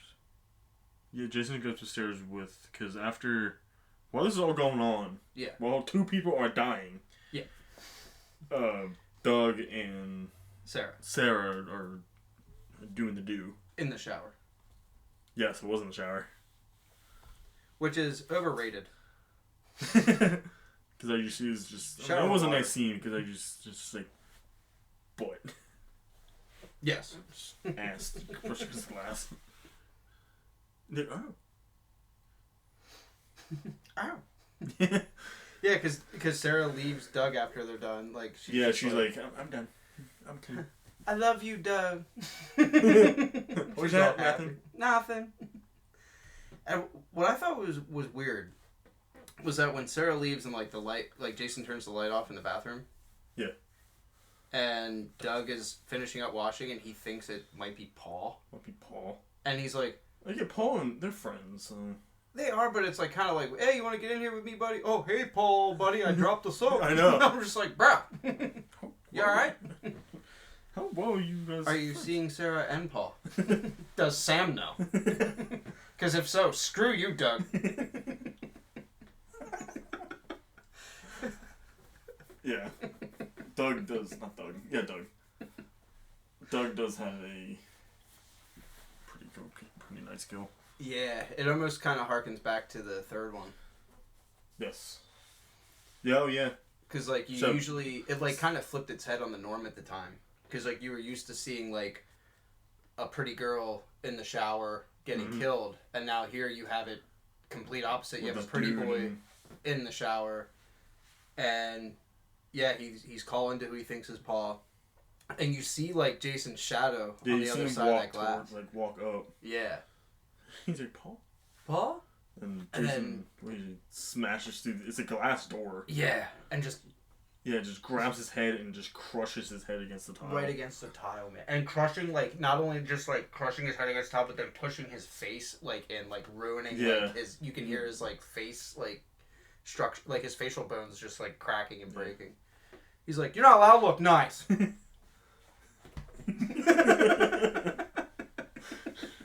You see this face? This is the face that runs the place. See with his nasty ass fingers again. Yeah, you get the nice shot. And then I think Sarah comes back into the shower. Like she comes back into the bathroom, right? Yes, she comes. Then she sees Doug. Yeah, he's just there. Like laying there, like his head's just hanging on like the jutted piece of glass. Yeah, like because he falls over and knocks it on the glass. Yeah, he's just hanging on like the broken remnants of the frame of and the shower glass. Yeah, Sarah freaks out, runs downstairs. Yeah. To the front door, and she tries to lock it or something, or tries to. And she tries to lock. Tries to get out, and it's locked or something. Yeah. And then Jason, either. The front of the door, like, just, like, explodes all of a sudden. Explodes, and then the axe goes right through her chest. Yeah. Which is... cool. That was such a great kill. Because it's so, like, you didn't expect it. Sudden, yeah. Because, like, she's running, the door's, like, she's, like, having a hard time with the door, and it's like, oh, she, like, backs away from the door, like, what the hell am I going to do now? And then Jason's like, I got you. Modern Warfare. The axes. Bank shot! Channel shepherds you. Yeah. He's like, you can't... Jason's like, you think you can't trust me? What do you mean, Captain Price? After... Yeah. She gets a double bit axe through her chest. And then we go back to the Jarvis house. Yes. And I think Tommy's in there and Trish and Rob just get back. Yeah, Tommy is... He fixed the lights at this point. Like, the lights are back on? He was going to... went down and checked him. Because he was in the basement. I can't remember what caused him to leave. Because he was checking the fuse panel. Yeah. But then it just goes back. I think that's when it goes... That's right. Between Doug and Sarah's deaths, it goes to Tommy going to the power... Like, checking the power. He checked his breaker. Nothing there. I don't remember what happens next. And then it goes just... We're only with him for, like, a little bit. Then it goes back to Sarah finding Doug. And then Sarah dying. And then... The next scene is Trish and Rob coming up to the porch and they're like banging on the door or something like that, and then it just shows Tommy like at the middle of the steps like slowly coming down like who the hell's banging on the door? Oh yeah. And then Rob breaks the door to get in. Does he break the door? Yeah, Rob and Trish like that's another thing. Rob and Trish like busted that door to get in, and then Tommy like runs to them like, oh hey, and then not only like 5 minutes later they're like, all right Tommy, stay here, lock the door, and they go across the street. They go across the door. Yeah, he pushes the lock. Like, oh, that's right. Bashes. If anything, the threshold's destroyed. The latch is gone. That's right. Yeah, because that door, then they have to nail it. They have to nail it shut. I want to say something about that because the way she nailed it didn't help. It's just the way she nailed it. I mean, that's not how that works. She literally just nailed the door. Yep. Not like to the frame or anything, just to the door. I'm like, oh, okay. Yeah, this'll work. Yeah, and I'm not a carpenter, but yeah, she wasn't bracing anything. So yeah, Trish, Rob, and anyways. So then they tell Tommy to stay there and lock the door, and then Trish, Rob, and Gordon go next door to investigate. Oh yeah, that's right. Oh, yeah, and then that's when they discover the bodies. So you find the bodies of everyone. Oh. And then I think as they're... Is that at the basement of their place? No, it's the teen's house across the street. Okay, this is when Rob gets killed. Yeah. So, like, they're... at some point, though, is it when... The whole thing with Gordon... When he jumps through the window? Yeah, is that before this? That's before that, because he gets spooked. Yeah, and straight up jumps through the window. Yeah, because I think Trish and Rob are like... on their own. Then Gordon, it just shows Gordon like going up the stairs. Going up the stairs and jumps out the window. Yeah, like he sees something. It's never implied like it's never shown like what he sees. You just see him. He freaks out. And then like a lot of people are like, did Jason throw him? Did he really willingly jump out that window? But rest assured, people, if you played the Friday the 13th game, there's this thing in there called the virtual cabin that actually confirms that Gordon the dog did survive that. Yeah, he jumped out the window. He did. He said, F that. If Trish is going to do it, I'm going to do it first. And he jumps out. I was like, dang. Yeah, I'm pretty sure that's the same window that Trish ends up going through later. Oh, yeah, maybe. No. No? Trish goes through the kitchen window. That's right. Yes. No, what about the one when she goes out? Remember, she and then it's when Jason goes to run after. We're getting ahead of ourselves. I'm sorry. sorry. Thought we do that. We should have been talking about different franchises. yeah. So they're at their Overlook, and yeah. So Gordon flees, and then Trish and Rob investigate the basement. Yes.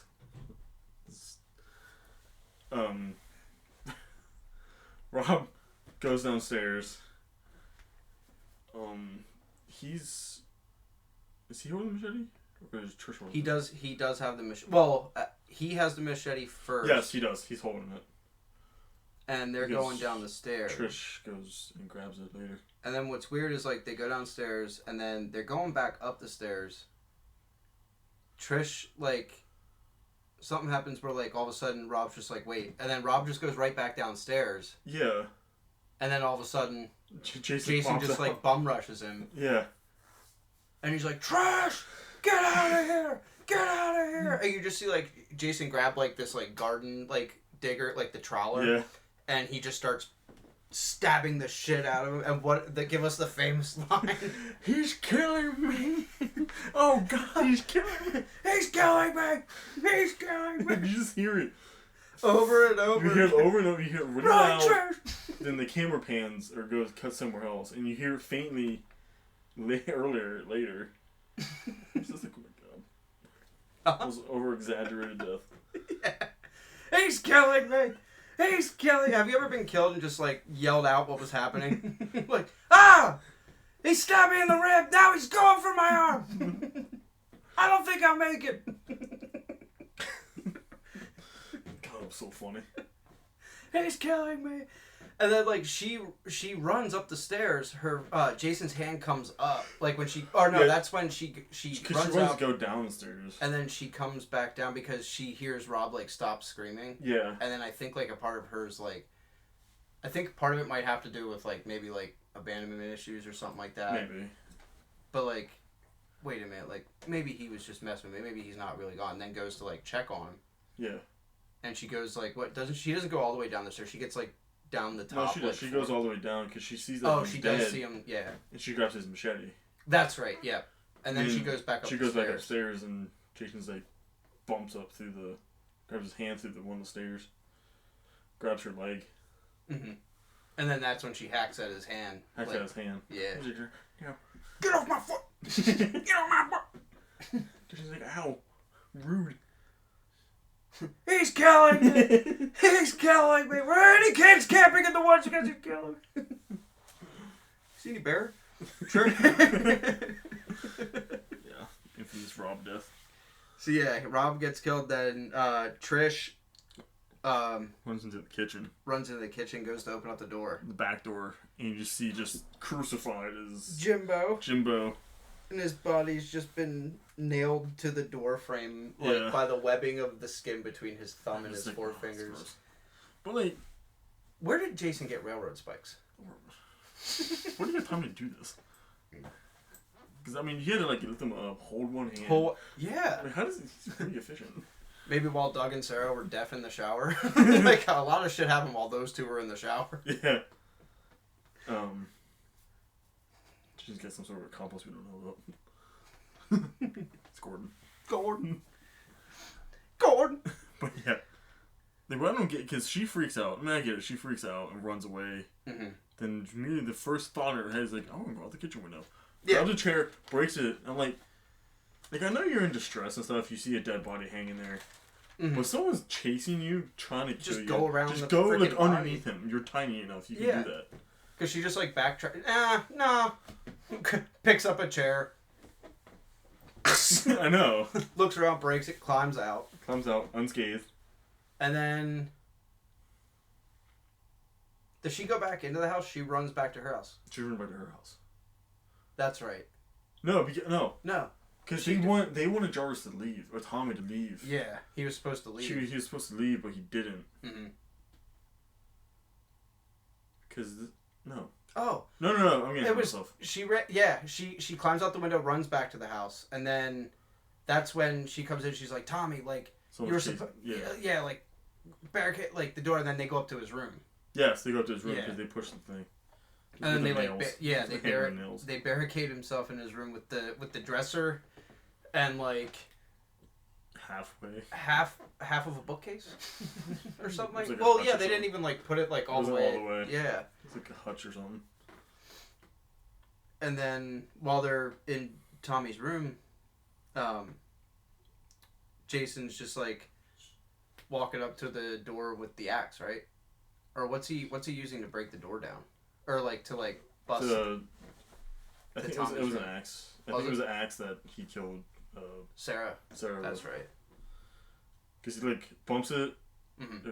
He breaks it down, and just like pushes the hutch out of the way. Yeah, and just stares on like, "Ha! What are you gonna do now?" And then Trish is like, huh, "Tommy, you don't like your computer, do you?" Grabs the monitor. He grabs the monitor and throws it on his head. And that's when he's just like, "Argh!" Yeah, you actually hear him like grunt. And then falls down. Yeah, falls down. Obviously, and they get out. They go on the stairs and they run. Yeah, because Tommy gets over him, and then Trish goes, and then he grabs her leg, right? Yeah. And then he gets up to attack Trish, and then Tommy's like, Trish! And then Jason like stops, and like he's having like a little thing where he's like, do I go after her? Or do I go after him? And then, like, Tommy kind of, like, backs away. And then Jason's like, I'm going to go after her. And goes after Trish. And I think that's when... Because they go outside, they run around. Yeah. And this is when Jarvis, I keep saying Jarvis, Tommy. Mm-hmm. He's supposed to leave and he doesn't. No. I think when Trish leaves the house and Jason's chasing after her, he goes upstairs. He goes upstairs. Yeah, because he's scared. Yeah. You know, I think Trish told him to leave. She did multiple times, and the kid just doesn't listen. So they run around. Trish goes back into the house. Yeah, because then Trish lures him out of the house, escapes, then returns home. Jarvis is like, Trish? He's like, you were supposed to leave, man. Yeah, you were supposed to leave. And I like how she's just like back from the house. Because, yeah, at one point they went back over to that house. Yeah. And like he chases her from her house back to that house again. And that's when you get that she's at the top of the stairs, like in the hallway. And then you got like him like standing at the other end of the hallway, just like the moonlight behind him. And it's like dark, but it's just light enough to see like part of his mask in the light. It kind of reminded me of like the first Halloween where like Laurie's standing at the door, and then you just slowly see Michael's face materialize like in the light. Like that's one of the I get goosebumps talking about. That's one of the best scenes in horror. But I digress. So yeah, she's just like, Tommy, you were supposed to leave. And she's standing there, the open door to her house is behind her, and like the audience were like, turn around, he's right, because you see Jason like coming up to the door, but then she's like, that was really cool. Yeah, because she like has like this like sixth sense. She just like slowly reaches down, and it's the machete, right? It's the machete.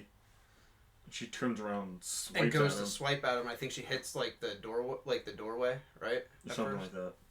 And then, like, she just keeps swatting at Jason as he's, like, walking toward her with, like, his hand out. And I love how she's just, like, I'm going to give you something to remember us by. Like, the whole showdown between Trish and Jason is just, you haven't seen anything like that up until this point. No, there's always similar things between Chris and Jason, the third one. Yeah. Yeah. Like, you kind of, like, it almost does kind of harken back to, like, the resourcefulness of Chris and like the reverse psychology that I'm blanking on her name. Ginny. Oh, That Ginny, like, kind of, like, plays on. So they're very capable. They're, like, the final girls the final girls are very capable. Mm-hmm. But I think Trish just, like, is able to, like, full on, like, she almost is able to hold her own. I think so because, I mean, where they live. Yeah. They live in the woods, so they have to... Fight. I mean, they're not, like, far from civilization, but they also have to, chop firewood and stuff like that. Yeah, like, they are in their own way. Yeah, like, they live in the woods. Yeah. Very resourceful. Yeah. Especially Tommy, as we're about to find out. Yeah.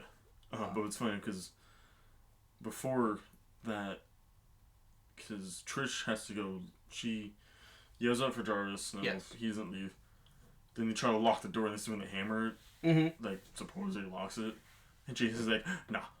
And just bursts through the fucking... No, doesn't even kick it. He just walks right through it. Walks right through the door. It just explodes. Like, oh, y'all boarded that up? Sorry. And then anyway. That's when he reaches out to Trish. That's right. And she's throwing the machete, and then the machete just goes right in between the middle finger, right in the center of her hand. Oh, yeah. It's... And then you have that awesome shot of, just like his split hand. It's just split. It's gross. And he kind of just, like, looks at it like, what the hell?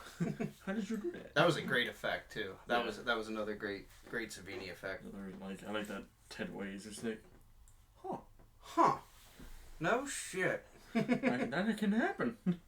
That hurt, Trish. It's technically Jason's not... I mean, he's technically still a human. He's not the undead Jason yet. No. So as this is going on between Trish and Jason, Tommy's up in the bathroom. He runs upstairs to the bathroom where there's newspaper clippings for some reason. He got it out of Rob's bag. Oh, yeah, that's right. He's like, I could do that. I could do that. So he's like, at first he, like, cuts his hair with, like, safety scissors. Yeah. And then, like, 2 seconds later, it's all gone. It's all, yeah. Like, somehow he was able to, like, almost bick his head clean in, like, 5 minutes. It's like, what's your secret, Tommy? Movie magic. How much to hurt? Yeah.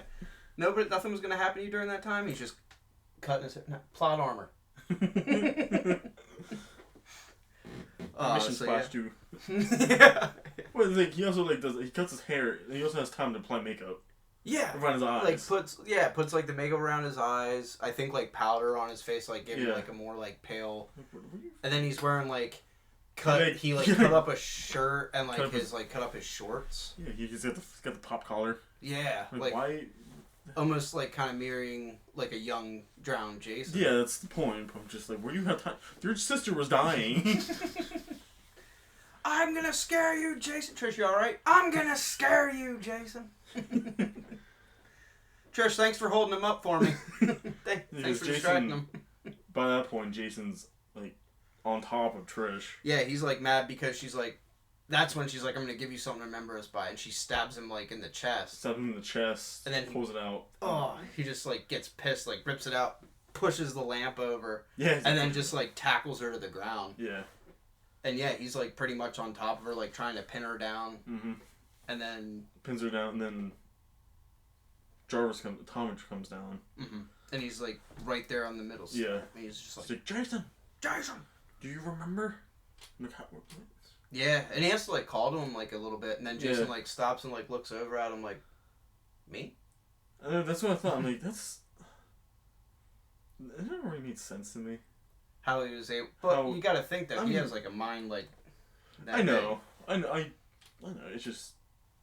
Looking... When I first watched it, I was like, oh, yeah, it makes sense. When I watched it, like, 2 or 3 times, I'm like, what? Yeah. Whatever. Because it made sense when, like, Ginny did it with the mom. Yeah, that made sense. Yeah. But, like, having him, like, make himself look like... But then again, I mean, Jason's got a lot of mental issues. So, like, maybe... A lot's an understatement. Well, yeah. But maybe he, like, can't himself, like, can't decipher, like... Yeah, maybe. Am I actually seeing this, or is this in my head? Yeah. You know what I mean? So, yeah, I mean... It's still awesome. Yeah, I'm not saying it isn't. So Tommy, like, distracts him just long enough. Just long enough to where Trish gets up. She picks up the machete. And then Jason turns around. He's like, oh. Knocks his mask off. You see Hell yeah. what he looks like underneath his mask for the first time in the movie. Yeah, and it was a great payoff because it was basically it was what we saw of him in the first one as a kid. Yeah, but it was older. Like older and like just more grotesque and like aged and just he looked great. Well, for what the design was at the time, he looked great. Yeah. Thompson made an amazing job. So then, strikes the machete, but she just merely whacks off his mask, and then that's when she just like she's standing there just staring at his face, and then Tommy grabs the machete. Tommy grabs the machete, and then right in his head, right in the side of his skull. And you see it like split open too, which is that shit like it splits, and I like how the blade's just like right under his like brow. Yeah. And like embedded into like his temple, the side of his skull, and then like as it drops, like handle first. Yeah, Jason falls forward, handle first, and he just slides down the machete. Yeah. And you see his like eye pop out a little bit. Yeah, and like the movement of like the face and shit as it's sliding down, like oh my gosh. Oh. It was amazing. For that, like even now, like it doesn't look as great now. It still looks pretty good. But like it holds up more so than like some of the shit we see today. Yeah, like, it still looks pretty good. I mean, for a practical effect, I think that looks pretty good. And I wish more people did that now. Like there is seriously like at what point was it lost to do practical effects? When don't be lazy and be like, oh, I can just do this on the computer. I know it takes a lot of hours and stuff. It's not really lazy, but it's just like it takes more time to get something done. It's also I think it's cheaper to do it that way. Computer? Yeah. Damn, because it's probably I think it's pretty cheaper. That's more readily available than. More readily available. It's cheaper to do. It's more people can master it better. Because you have to be. I mean, you can master special effects, practical effects. Yeah. But it takes a lot of materials. It takes a lot of time. A lot of time and patience. A lot of time and patience. But like on the computer, there's. I'm not saying it's gonna phase out. Like some special effects on the computer, like CGI, is amazing. It is. But when it's done right. But But it's also again the practical effects. It can when it's bad, it's bad. Yeah. Oh yeah. The practical. It can make or break it. Yeah, because I mean, I remember I was on one show. I came with this one show. We're getting off topic again, but whatever. There was just one show. It was only on for like a season. I think it was on the side show. I don't remember what it was. But it was a dude that ran his own special effects shop. He made monsters, but with practical effects. And he did this one with this giant spider. And like really it was really freaking cool. Because he did like a month. Oh shit. Like he had a whole team, but he did it like pretty quick and it looked really good. That's just another thing. Oh yeah. I can't remember the show. Because it was on for like a couple seasons. Anyways. I know what you're talking about, but like it's escaping me. I'm like blanking hard. Because I know there's another show that was like a contest where they did makeup. Oh, Face Off. Was it Face Off? Yeah. That show was awesome. That's when I think of Face Off, I was thinking of the movie. Oh, Nick Cage. Nick Cage movie. But yeah, Face Off. I love that show. Yeah, hell yeah. That was a great show. But it was the same channel as that show. Sci-Fi. Yeah, it was Sci-Fi. Yeah. I can't remember the name of the. I have to look it up. So yeah, he got stabbed in the head. Yeah. And he slid down, and then he's just laying there, and then that's when Trish and Tommy embrace. They're hugging. Yeah. And there you go, Tommy. Tommy, thank you. And as they're hugging, Tommy like looks down. And Jason's hand just twitches a little bit. And Tommy goes like, nah. Pushes Trish away and just still holding that machete, and he just starts slashing it, and he's just like, die, like. Trish is like having like a mental breakdown. Yeah, she's just like, Tommy, like all you see is just him hacking away. And apparently I was watching something on like the behind the scenes of that, and Corey Feldman actually apparently was like really sick during that like take. Oh, was it? Yeah, so like when you see his face when he's like going up and down, he's like, that face on me is just like pure desperation because I felt like shit and like it was like the like 200th take. Like he just, I forget what it was that he was sick with. I think he had like a really bad flu or something. But he said all I was doing was just really sick and they just told me to whack away at this. All he was actually hitting was just like, I think it was like a bag of potatoes or something like that. And he was just told repeatedly to hit it. And then, yeah, all you see is, like, that whiteout again, like, as he's stabbing, like, he's just, like, you hear Trish yelling Tommy repeatedly and him yelling die repeatedly. And then it does that whiteout effect. The whiteout effect from the beginning of the movie to the hospital. Yes. Where Trish is at. Yes. Yeah, because, like, as he's stabbing, then she, like, wakes up, right? Yeah, Trish is either wakes up or she's, like, already talking to the doctor and the police officer. And then I think she was like, well, where's Tommy? Because he's telling her, he's like, you know, for your brother to react the way he did, like, it was perfect. Normal. It was perfectly normal to react the way he did because it was either kill or be killed, you know. And she's like, can I see him? And they're like, yeah, you can see him. And then, like, they leave the room, and then you just see, like, Tommy, like, standing, like, in the doorway, still dressed as Jason, like, the young Jason. Yeah, with his hair. I mean, he has his clothes on, but... Yeah. In the dark, too, which is cool. Yeah, he's, like, in the shadows just staring at her. Yeah. And then she's like, Tommy, and then he comes over, and... They hug, and then you get that final shot of, like, Tommy's face, like, in his sister's, like, arms, and then he, like, opens his eyes, and stares at the camera. Yeah. That was... And that was supposed to be the final chapter. Yep. That was supposed to be the final chapter. But the whole thing with Tommy looking off, it was... I think that even though it was the final chapter, that whole thing there was, like, kind of like a last-minute thing, like, to just in case. Yeah, some cliffhanger that... Because I think the original plan was they wanted to pass the mantle, kill Jason, and make Tommy Jarvis the main antagonist. They kind of do the same thing in part 5. Yeah, absolutely. A new beginning. A new beginning. But that is a show for another time. Yes, because we're pushing 2 hours. So, yeah, that was Friday the 13th, the final chapter. Yep. It's the end of... I don't know why I said end. I don't know why I said that. It was the end for now. The first 4 films. Yeah, the first 4 films. Like, I always separate the first 4 films from the rest of it. From the rest, because, well, we're going to talk about it in part 6. Because this is Jason. The first 4 films is mortal. Yeah, he's the first 3, 2, 3, and 4. Yeah. Well, yeah, 4. Well, he's in the end of 1. Yeah. As a kid. But did it happen? Was it a dream? I don't know. Was it a dream? Well, it's just whatever. In 2, 3, and 4, he's alive. He's mortal, but somehow takes a beating the entire time. Yeah, keeps getting back up. The axe to the head. Axe to the head. The axe to the shoulder. Machete to the head. Machete. Oh yeah, the machete to the shoulder, axe to the head, machete to the chest, machete to the fingers. He's been for the ringer. Yeah. He was stabbed in the hand by Chris, and then stabbed in the leg again by Chris. In the third one. Pushed out of the barn. Yeah, got hung. But no, a 12-year-old boy finally killed him. That's what. Yes.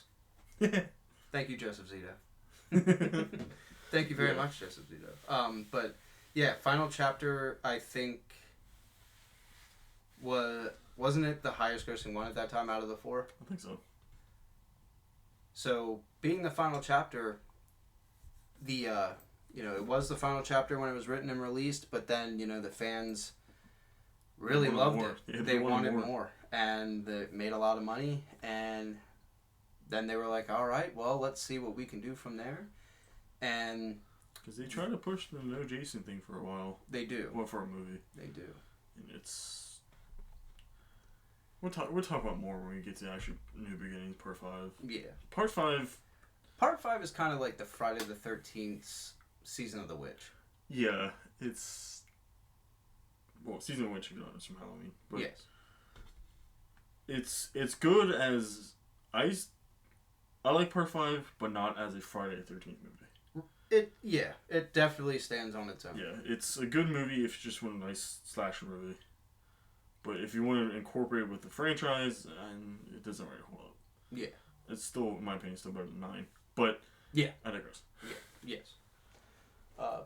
So this was Part 4, Friday the 13th, the final chapter, and we hope you enjoyed this episode, because by the time you hear this episode, we will be recording Quentin Tarantino's favorite Friday the 13th film, Friday the 13th, Part 5, A New Beginning. Is that true? That is very true. Whatever. We will delve more into that next time. Who's already like, when's the next episode? Yes, we shall. Tomorrow?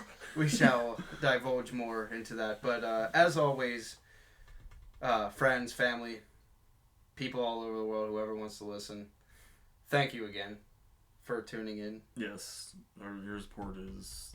I don't care if we only get one view on a video. We do this for fun. We do this because we love it. We love horror movies.